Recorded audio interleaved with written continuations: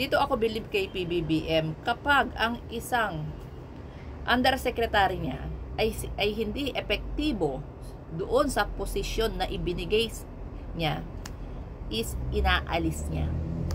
Hindi kagaya nung nakaraang administrasyon na hindi na epektibo, puro pakurakot, korupsyon, hinayaang magsilbi hanggang 6 years. Hindi inaalis, so kurakot lang ng kurakot. Si PBBM, instead na i-terminate niya, imbes na tanggalin niya, is pinagre-resign niya na lang. Dahil nga po hindi epektibo doon sa posisyon. Doon, hindi naman nila masisisi si PBBM, no? Dito walang utang-utang na loob, walang kaibigan, kamukha nung kay sa mga Duterte, 'di ba?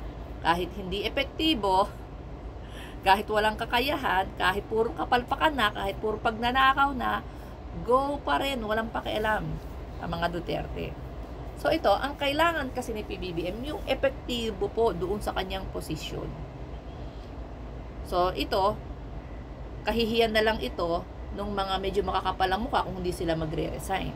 Diba? Kaya nga, instead na i-terminate, kayo na po ang magkusang ang loob kung gusto nyong mag-resign. So yun ang kagandahan, balasahan. Kasi sawang-sawa na po kami, kaming mga Pilipino, sawang-sawa, kami may mga jutak ha, sawang-sawa na po kami doon sa mga paulit-ulit na mga politiko, na mga opisyal ng gobyerno na ilang dekada na nandyan sa posisyon, wala namang nagagawa, hindi naman epektibo. Oh, yan ang ginagawa ni PBBM ngayon. Maraming bago ngayon, may mga bagong umuusbong po na mga kabataan, na mga may mas kakayahan manungkulan. 'Di ba? Mas may kakayahan diyan sa mga posisyon na ibinigay niya.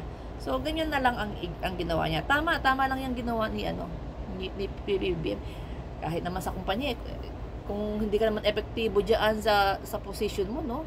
Tatanggalin kita, papalitan kita. Sayang ang pasahod sa iyo ng gobyerno. Bawal ang tamad-tamad. Yung ang pangulo, ang sipag-sipag eh. Tapos ikaw tamad-tamad ka, hindi mo ginagawa yung yung iyong trabaho, puro ka pa social media.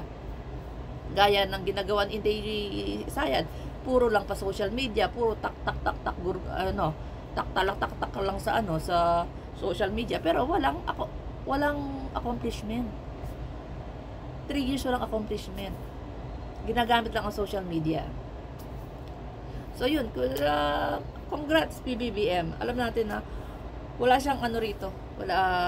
Hindi kagaya ng iba, kesyo yung nangyayari ngayon sa Senado at saka sa Congress, utang na loob, kaibigan. At least dito nakikita natin na magserbisyo kayo, nilagay kayo dyan, magserbisyo kayo. Ngayon, kung hindi kayo epektibo, tamad-tamad kayo, wala kayong ginagawa, papalitan namin kayo.